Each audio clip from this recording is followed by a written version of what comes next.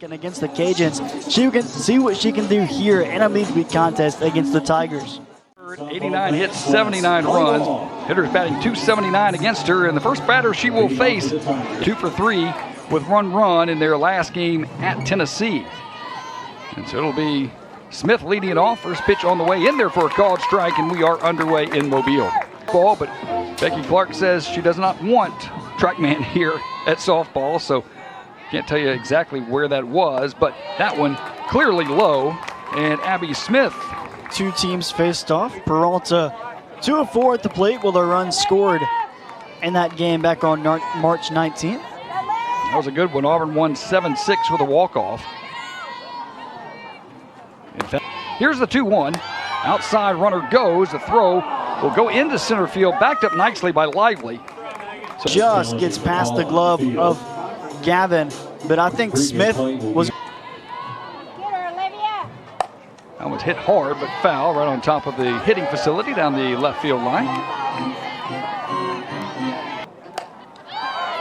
Lifted opposite field. That could be trouble in foul territory. Stephanie Gonzalez, though, making the catch. Got tripped up by Grace. The D1 Softball D100 freshman watch list, as well as the Softball America freshman watch list. She has performed on the collegiate level, no doubt about it. Hits that one hard opposite field. Gracie Jo Ward on her horse. One hopper to the wall. Adams in there with a double and the first hit of the ball game. Good. So with 1 on, 2 out, Isis Tresvik, the senior from Wilmington, North Carolina, will step in. She's a transfer from North Carolina A&T. KK McCrary is on deck for Auburn, hoping to bat here in the top half of the first. Jags hoping it'll be top half of the second for her. Deuce is wild, 2 balls, 2 strikes, 2 outs. Doesn't chase the high ball. Patience at the plate because it's tough to lay off that high fastball. Now the payoff pitch, high fly ball. Will it stay in play? Gabby Stagner says yes, it will stay in play. Gets the out, and the 2 hits, 2 runs, both of them earned. She did have 1 walk and 1 strikeout. So she'll go against Presley Lively as the Jags had Auburn put up a 0 in the top half of the first. 36 runs batted in. Got a double and 3 triples as well. Nice swing. That goes foul. Among them, but Jags, they're not going to go without a Stagner in the lineup, as her younger sister Lily Stagner will join the softball program next fall. Also don't want to leave out Gracie Tettinger. She's the other senior on the South Alabama roster that the Jags will miss, as that one misses the plate. Now Branstadler's got a 1-2 count here.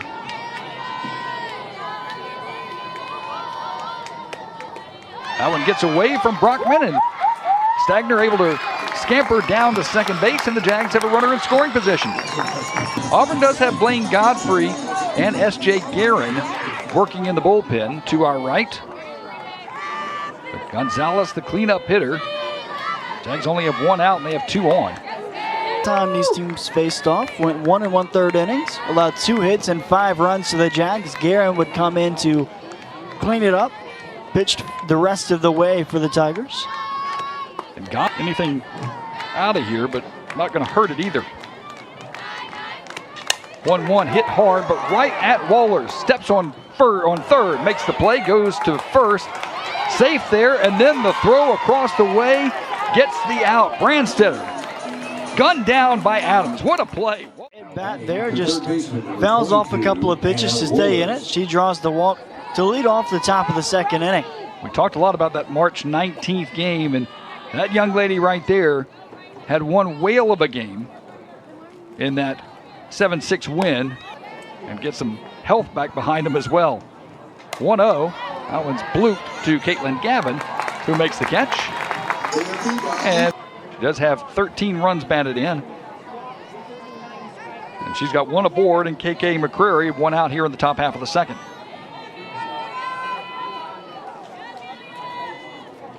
The 1-0 on the way. That's a called strike, 1-1.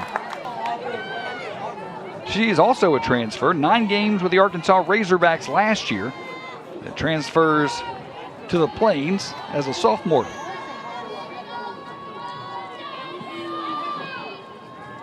There's a swing and a miss. Have yet to get a hit. And that one will not be a hit, as Caitlin Gavin able to gather it in And Auburn leaves one stranded. We played 1.5. No forces beyond her control have made her the DP.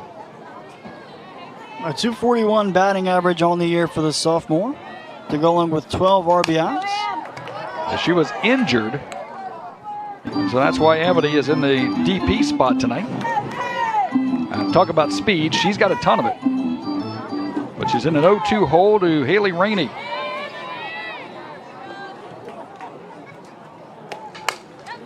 Little dribbler down the first 5-3-5 double play. Wallers stepped on third, threw to first, didn't get the out at first, but then the throw back to third. They got a runner trying to advance. That one's popped up to Wallers, who makes the catch on the infield. Why do you let her go? She was batting 500. She was 2 for 4. You gotta qualify that, but she was 2 for 4 with the Bulldogs. Now a 2 bouncer to Peralta. And Megan Davidson is safe. Well, she pulled her foot off the bag or what? May have pulled her off the bag, but I'm with you. I thought the throw was inside, but South Alabama may have caught a break here as they got a base runner here in the bottom of the second. And so Caitlin Gavin will step in with a runner aboard. She'll bounce that one foul. Gavin. The first baseman Adams off the bag. So good spot there. Inning that they've had at least one runner aboard.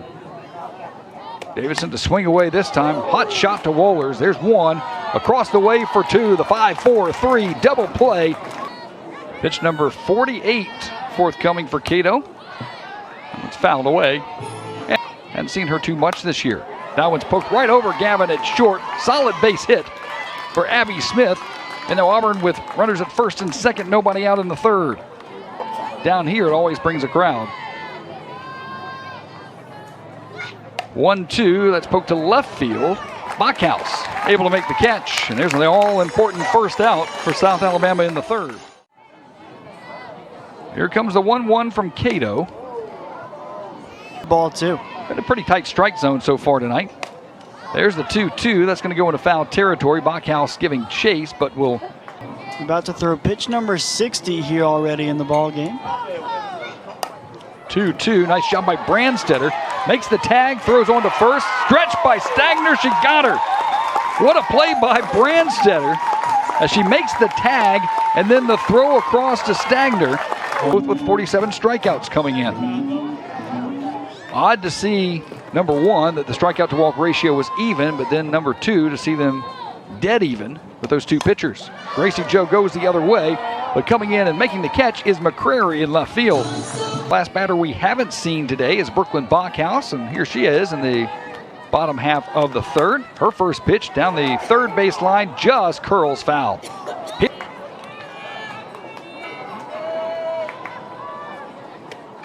0-1 hit right at Peralta, the shortstop.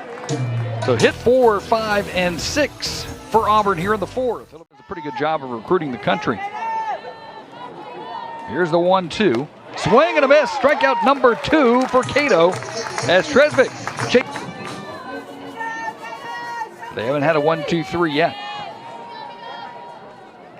2 balls and a strike. High fly ball to the gap in left field. That'll be Bachhaus and Lively, and it'll be Presley Lively who gets in.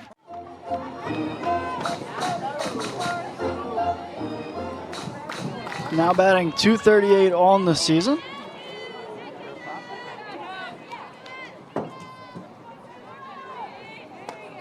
First team all Big East selection after leading the Blue Demons in pretty much every offensive category.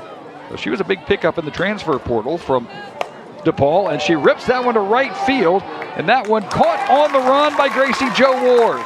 She saw it from the get-go. And Olivia Brandstetter, she walked her first time up. First pitch swinging, she'll go a 1-hopper to third, and Wohlers able to make the play. For Stephanie Gonzalez, you're going to take at least 1 or 2 pitches here. If nothing else, you want to give Olivia Cato a little bit of rest before. She was the first base replacement when Gabby Stagner went down with the injury. They'll throw one across the way, and another 1-2-3 inning for Haley Rainey in the circle. The second straight. It'll be Amelia Leck, the DP. She struck out her first time up. One of 2 strikeout victims on the day for Olivia Cato. for the Jags in the circle. 1-2 high fly ball. We'll see if the park will hold it. And no, what an effort by Brandstetter, but couldn't hang on to it. 2. That was a shot to Presley Lively, who makes the catch on the run.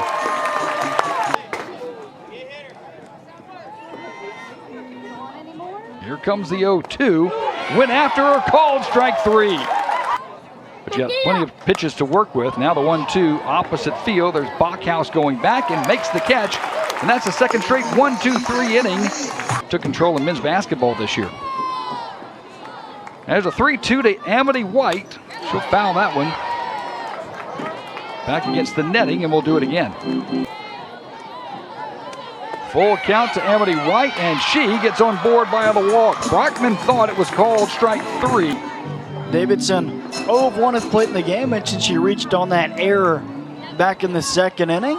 But the Jags with a leadoff runner here in the bottom of the 5th. Davidson 0-1 pitch. Corners in again, and good bunt by Davidson. Throw down to first base. That pushes Amity White to second. So job well done.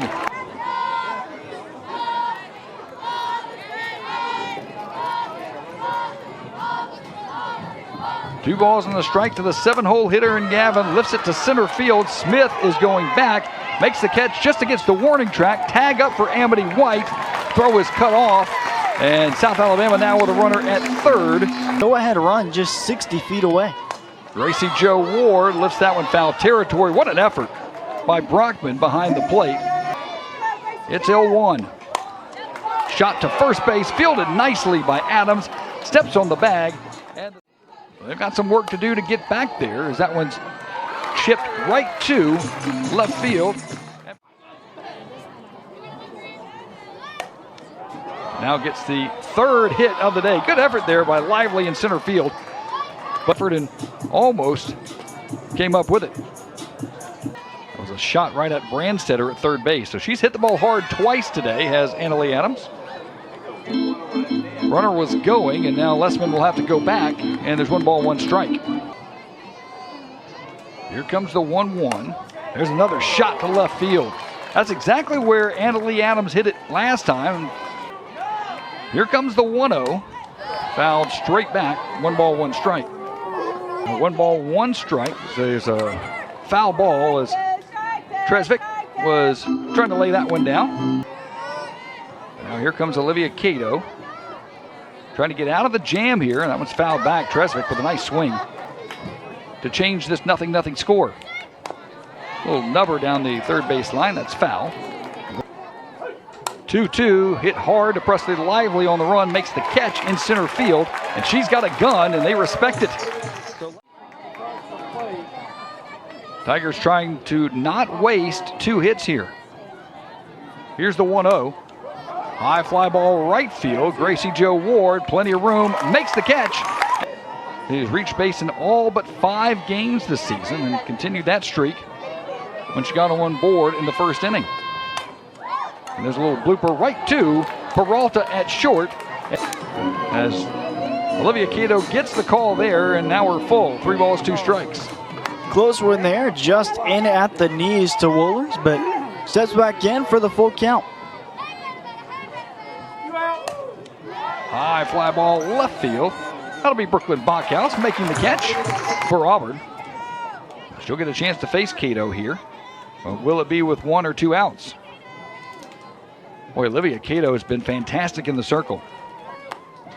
As we play in the 7th. That one misses. 2 balls, 2 strikes.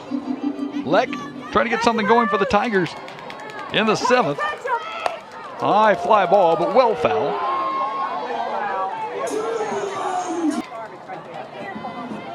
Here comes the 2-2. It's a shot right past Brandstetter. Base hit for Amelia Leck. It was hit hard. Good effort by Brandstetter at third. But there's the 5th hit of the day for Auburn.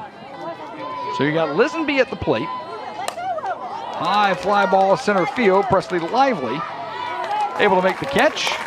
Cato making her 26th appearance in the circle for today's ball game.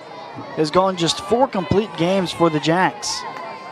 She's pitched 7 2/3 innings scoreless here. With runners in scoring position, she's hitting .296. She's got one there. Runners at first and second, 2 away in the 7th. Who scores first here in Mobile? Lively was playing in the gap, and that's right where she hit it. Once again, good scouting by South Alabama, putting the defensive player down to the shortstop. Now there's a shot and a base hit for Stephanie Gonzalez. First base hit of the ball game for South Alabama. The no-hitter's broken up, and now the Jags have the winning run at first.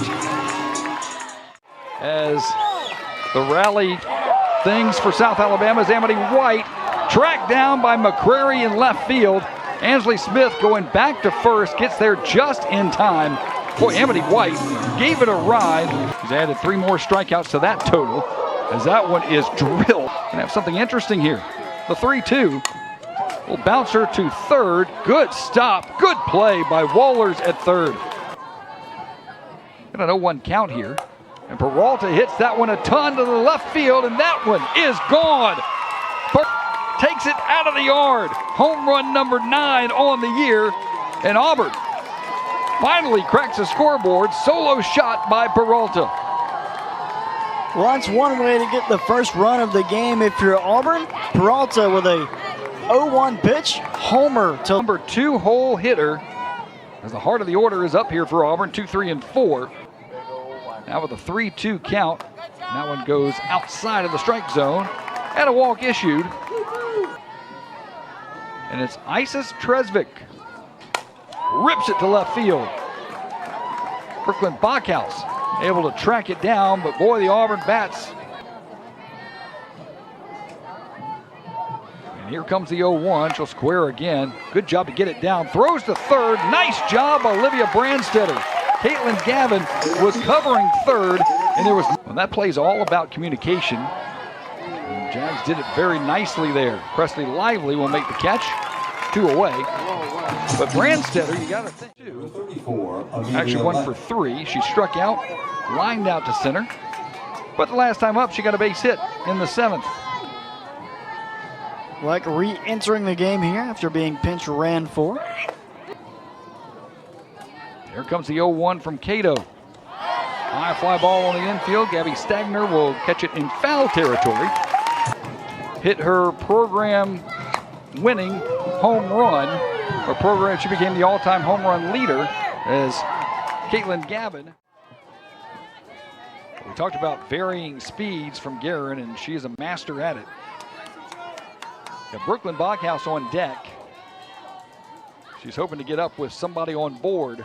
But the 1-2, well, masterful. She is the ace of the staff. And now trying to close it out against Brooklyn. 4 saves on the season as well. Ranks second in the SEC for Guerin. Here comes the 0-2. Swing and a miss. Guerin strikes out Brooklyn Bachhaus, and that will do it. What a ball game in Mobile. It goes 8, but it was the Peralta home run in the top of the 8th. That's the difference.